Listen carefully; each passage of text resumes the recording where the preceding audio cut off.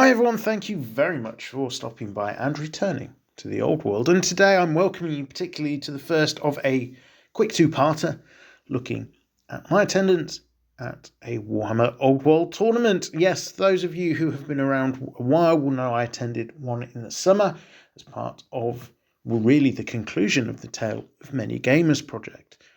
I've not been to a tournament since. Actually, I've not played a whole huge number of games since then, as time has rather run away with me. However, I am going to an event on the 9th of November. This event is being hosted by Brighton Tabletop Wargame Events, effectively the Brighton Warlord Club, hosted at the King and Queen pub in Brighton. The tournament is going to consist of 3 2,000-point games. They are going to be the open battle, pitch battle scenario, the mountain pass scenario, and the breakpoint scenario. So what am I going to take? I did a video a little bit of time ago talking about 3 potential options that I had. Empire, Dwarves, and Warriors of Chaos. Now, the Warriors of Chaos are the remnants of an 8th edition Warhammer Fantasy army, albeit without all of the chariots, as things haven't survived various moves, or I was using horrible proxies and stuff. So that leaves us with Dwarves or Empire. Now, I've not been able to get my hands on the Arcane Journal for the Dwarves, and I've only actually played them once in the Old World, so I'm not massively familiar with their rules, how they play, and I'm not confident that I necessarily have the right figures to make them work. So I've got no Trollhammer torpedoes, for example. In fact, I have no Iron Drakes at all in my forces. This being what's looking likely to be a reasonably competitive event, even though there's only going to be about 10 participants, means I do think taking the Dwarves is really going to be a limiting factor. And I'm going to struggle if I take that choice, which leaves me to a return to the Empire. Now, the Empire do have a lot of weaknesses. Their combat troops just aren't that effective. They don't stand up to other forces' combat troops, so really that means leaning more and more heavily into artillery, into shooting, and into magic. And leaning hard into magic isn't something I particularly like the idea of, but I think it is a case of if I'm going to get any impact at all, that's going to be what I have to do. Looking at the 3 scenarios, pitch battle, it's a bit of a 50-50, depends what I end up stacking up against as to how well I do. Completely potluck with first game, of course, could be up against anything.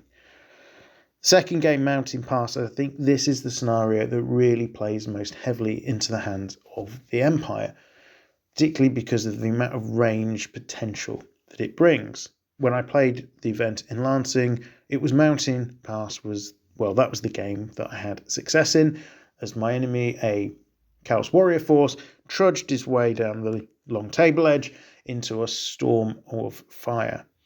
Very few parts of his army actually made contact, and those were so badly beaten that I was able to drive them off with very little ill effect. So this is probably the game where I have most chance of success, unless I come up against something particularly speedy.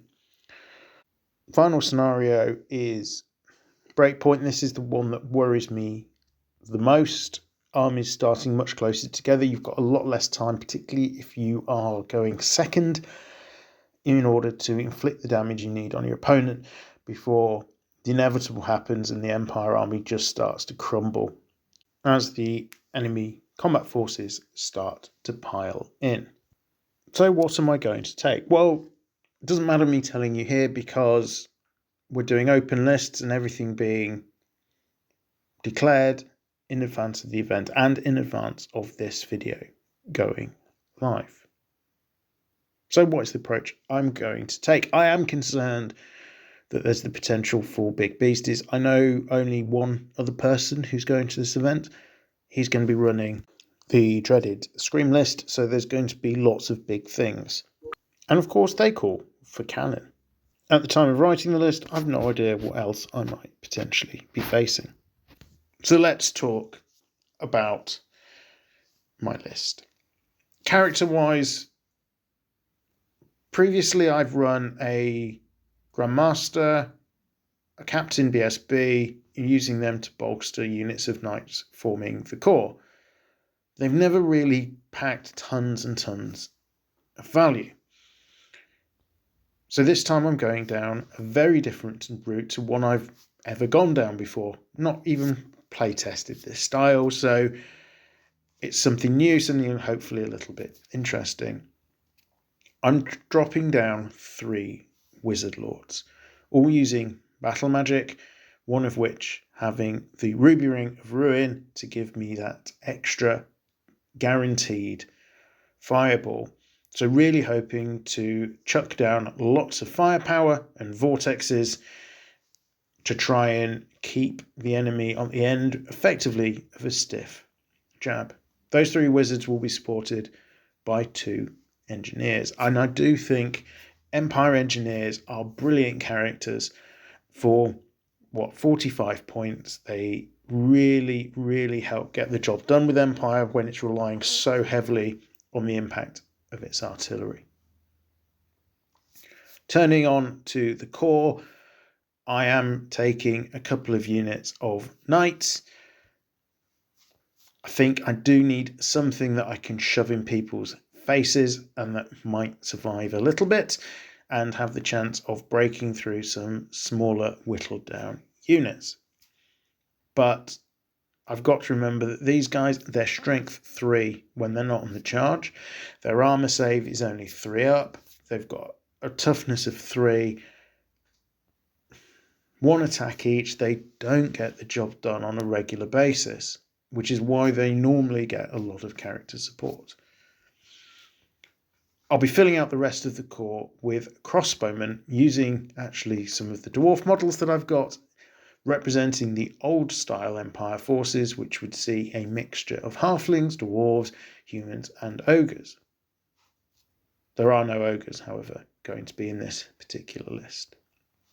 And if anyone's got queries around using dwarf archers as human crossbowmen, I have cleared this in advance with the tournament TO.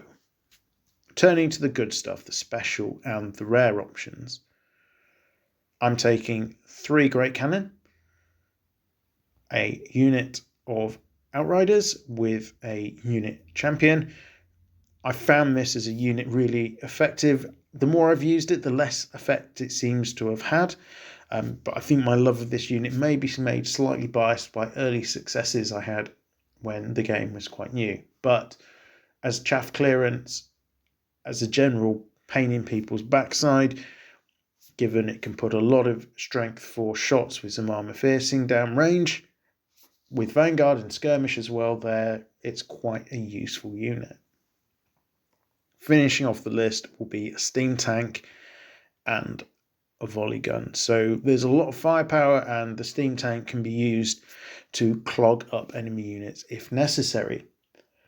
Historically, I tended to have used a steam tank to try and hold a flank up. I don't think that is actually the best way. The best way of using it, or the way I want to be using it. I need to be more aggressive with it down the middle, try and really get it in people's faces, because it's not a unit that's going to fall apart quickly, because it's got a very good armor save, lots of wounds, high toughness. Most things are only going to be wounding it on a 6, and it's got a fighting chance of doing some damage back between its impact hits and its enhanced stomps. So some potential damage to be done there.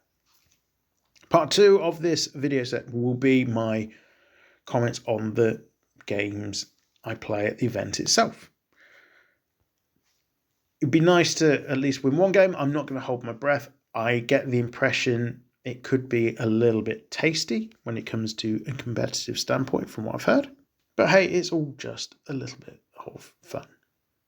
If you've enjoyed this video and you want to keep track of videos coming up, do consider dropping a subscribe to get those notifications.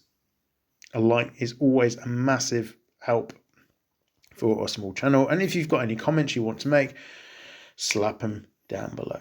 Once again, thank you very much for listening. I am Return to the Old World. Have a great day.